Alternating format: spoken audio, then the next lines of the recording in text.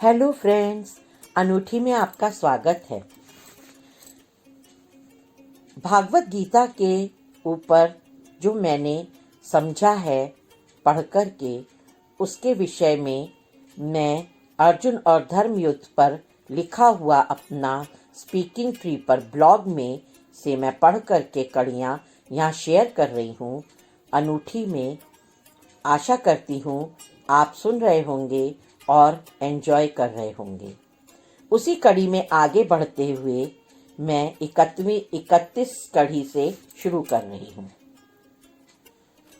श्री कृष्णा अर्जुन को अपना ही उदाहरण देकर समझा रहे हैं कि जैसे उत्तम जीव को स्नान, ध्यान, भजन, संध्या, गायत्री मंत्र का सुमिरन और उच्चारण, गौ पूजन, मातृ पितृ भक्ति सेवा आदि शुभ कर्म करना चाहिए, वो स्वयं श्री भगवान भी स्वयं करते हैं, जबकि वो पूर्ण ब्रह्म हैं और संपूर्ण सृष्टि की रचना करते हैं और पालन भी करते हैं, परंतु तब भी शरीर के बंधन से जुड़े हर एक कर्म को यथावत करते हैं।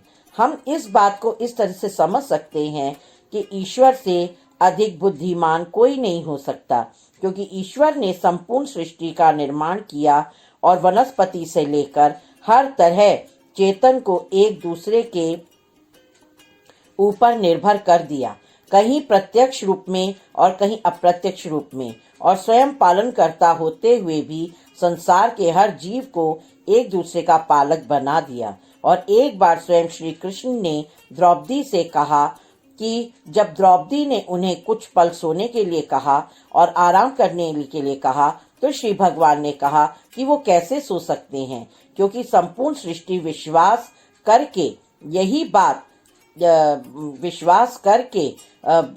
प्रभु के ऊपर विश्वास करके आराम से सो रही है। यही बात श्री कृष्ण भगवान समझा रहे हैं कि जीव को शुभ कर्म करते रहना है और शुभ कर्म करते हुए अपनी श्रेष्ठता सिद्ध करनी है, अपितु निर्विकार भाव से श्रेष्ठ कर्म करना है, क्योंकि मृत्यु लोक की तरह अनेक लोक हैं जहाँ जीवन इसी भांति चल रहा है। और श्री भगवान ये बता रहे हैं, जब पूर्ण ब्रह्म शरीर और कर्म से जुड़े हैं तो हर जीव को यही समझना है कि हर जीव शरीर और कर्म से जुड़ा है। तो कर्म तो आवश्यक है और कर्म शुद्ध और शुभ ही करना चाहिए, जिससे जीव का कल्याण हो। श्री भगवान मानव और जीव को अपनी प्रजा मानते हुए कहते हैं कि मानव का लोक नर के आईना है, यानी नारायण रूप है, और यहाँ नारायण रूप में जो आदर्श हर अवतार में श्री भगवान ने उपस्थित किए हैं, मानव को उन्हें ही समझना है और उनसे सीख कर कर्म करना है, क्योंकि यदि मानव के शुभ कर्म नष्ट हो जाएंगे तो इस सृष्टि में मानव और पशु पक्षी में कोई अंतर रह ही नहीं जाएगा। इस बात को हम संस्कृत के एक श्लोक से समझ सकते हैं। ये शाम न विद्या न तपो न दानम, ज्ञानम न शीलम न गुणो न धर्मम, ते मर्त्योलोके भुवि भारभूता, मनुष्य रूपेण मृगाश्चरन्ति। इस श्लोक का अर्थ ये है कि जिस जीव में विद्या, तप, दान, ज्ञान, शील, गुण, धर्म ये सब नहीं है, वो मृत्यु के नियम वाले इस मृत्यु लोक में भार के समान है और मनुष्य रूप में पशु की भांति केवल चल रहे हैं और निरर्थक घूम रहे हैं। श्री भगवान भी यही समझा रहे हैं कि मानव में निज अंश है, और यदि वो मेरे द्वारा प्रतिपादित कर्म को नहीं मानता और संसार के साथ अपना कल्याण नहीं करता तो उसका नाश हो जाता है, और यदि मेरी निज अंश का नाश होगा तो मेरे ही एक अंश का नाश होगा, और उस रूप में मेरा ही नाश हो जाता है। इसलिए जीव को शुभ कर्म में रत रहना चाहिए और ज्ञानी जीव ही सत्य और शुभ कर्म कर सकते हैं।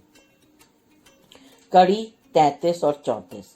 श्री भगवान कहते हैं कि ज्ञानी व्यक्ति हर प्रकार के कर्म के हर प्रकार के लाभ हानि से अलग रहते हैं और उन्हें किसी भी कर्म से कोई दुख या सुख या कोई भी अपेक्षा नहीं कर रखते हैं, और उन्हें अपने किए कर्म से ये अपेक्षा होनी भी नहीं चाहिए और ना ही उन्हें निंदा करनी चाहिए कि कर्म से कोई लाभ हुआ या नहीं हुआ, क्योंकि कामना करना तृष्णा की कोटि में आ जाता है और ज्ञानी जीव के शुभ कर्मों की शुभता यहीं समाप्त हो जाती है। और यदि कर्म को मुझे समर्पित करते हुए उनके विषय में कुछ भी ना विचार करके केवल शुभता की दृष्टि से सत्य धर्म से पूर्ण कर्म करते रहें तो वो शुभता को प्राप्त होते हैं, क्योंकि वो कर्म मुझ तक ही आ जाते हैं।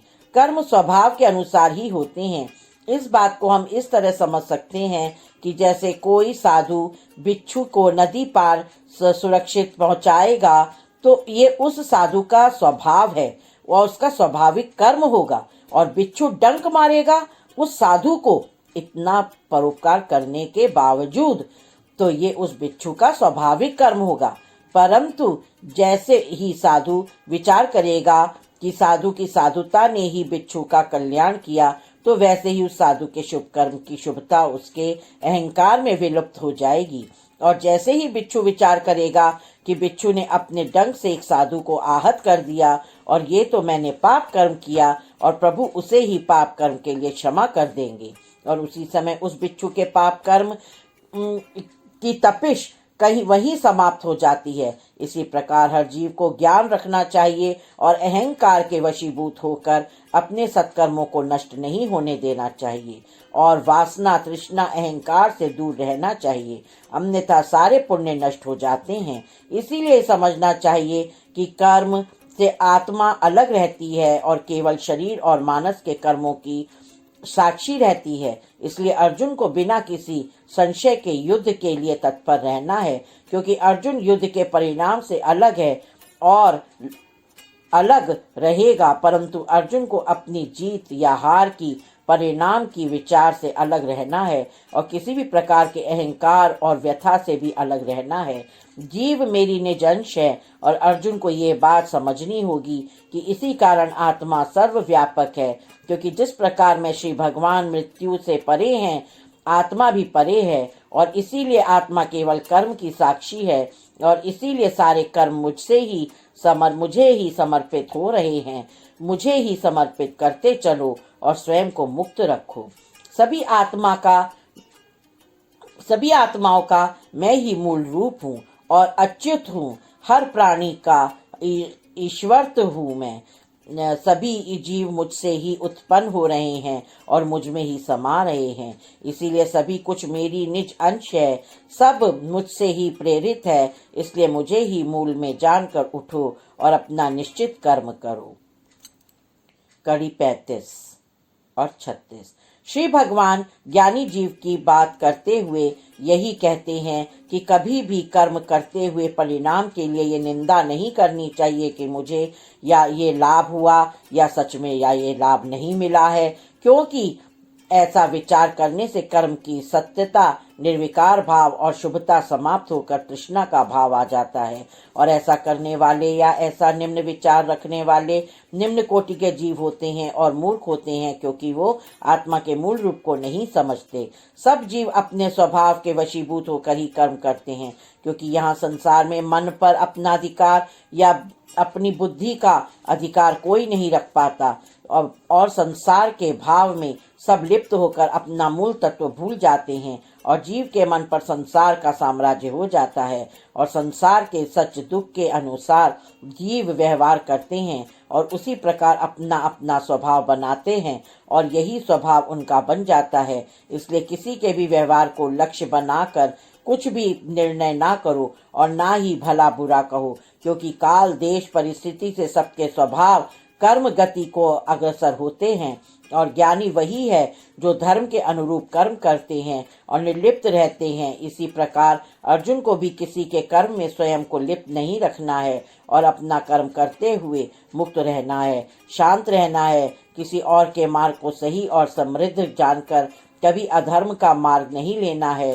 क्योंकि यदि तुम्हारा धर्म का मार्ग सत्य पर खड़ा है पर तुम उस पर अधूरा ही कर्म कर पा रहे हो या तुम थोड़ा सा ही चल पा रहे हो तो भी कोई बात नहीं, क्योंकि यही मार्ग श्री भगवान तक जा रहा है। और यदि कोई गलत मार्ग पर है तो उसके संग नहीं करना। इस बात को इस प्रकार समझ सकते हैं कि एक प्रेमी अपनी तामसिक प्रवृत्ति के कारण कसाई बनकर जन्म लेता है तो उसका ही कोई ऋण चुकाने वाला बकरा बनकर उसके हाथ कटेगा और फिर न जाने कितने जन्म दोनों कसाई और बकरा बनकर एक दूसरे को काटते रहेंगे और अपनी तृष्णा से तब तक मुक्त नहीं होंगे जब तक उनका मन इससे मुक्त नहीं होगा। यही पाप कर्म का बोझ है। अब अर्जुन चिंतन करता है, यदि सब कर्म श्री भगवान से उत्पन्न है तो और उन तक ही पहुंचते हैं और जीव को फल से मुक्त रहना है तो पाप कर्म कौन करवाता है? पाप कर्म जीव का अज्ञान करवाता है, जीव की तृष्णा करवाती है और जीव का अहंकार करवाता है। क्योंकि जीव अपने स्वभाव के अनुरूप कर्म करता है, इसी तृष्णा से मुक्त होना है। तृष्णा से जीव पाप कर्म करता है और जन्म जन्म तर दुख भोगता रहता है। आज की कड़ी मैं यही समाप्त करती हूँ। आशा करती हूँ आपको आनंद आया होगा। राधा स्वामी। जय श्री कृष्ण।